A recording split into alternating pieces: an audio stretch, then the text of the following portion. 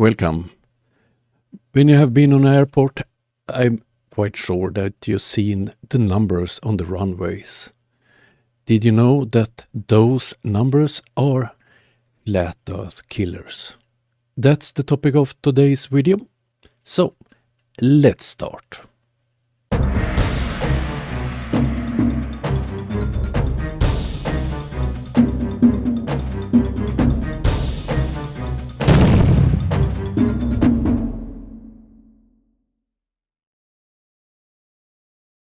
So, the numbers on the runways are flat earth killers.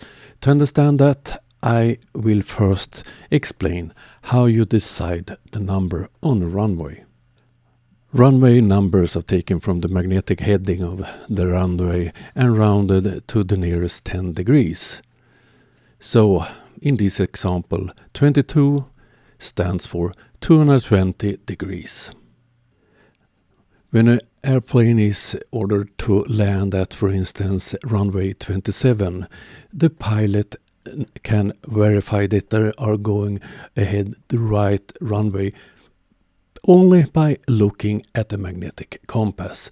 But as everybody knows, the magnetic north is not true north, and you have a magnetic variation. So, for instance, in the northern parts of Canada, where they have extreme magnetic variation, they use true headings instead. So, do you get the clue why this is a flat earth killer? In the South Atlantic, between South America and Africa, you have an island named St. Helena. It's located here. It's one of the most isolated places on Earth where people lives. This is the capital, Jamestown, and this was the island where the Brits kept Napoleon after his loss in Waterloo, and he died here. 2016, St. Helena Airport was opened. Before that, the only way to come to this island was by boat. And with boat it takes about 5 days from Cape Town in South Africa. But nowadays, once a week, it's airplanes from Johannesburg in South Africa. So it's much faster to reach this island. So why do I talk about the airport on a small island in the southern Atlantic Ocean? This airport was, as I said, built 2016. I will show a part from a video from St. Helena Airport that was recorded February 2022. So 6 years after the airport was opened. So what are they going to do? This sign tells you which runway it is. But why do they open the sign? So today we're actually changing the signage for the runway just to show the crew which direction the runway is, either 19 or 2002. So she explained what the sign says, but why do they change the sign? But it's all part of the runway declination that has changed. So basically it's the difference between your true north, your magnetic north, that's a variation.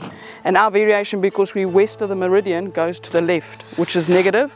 If you're in the east, it goes positive. So instead of runway 2002, we've had to amend it now to runway 0119, which is a major change, and it only happens maybe every 100 years.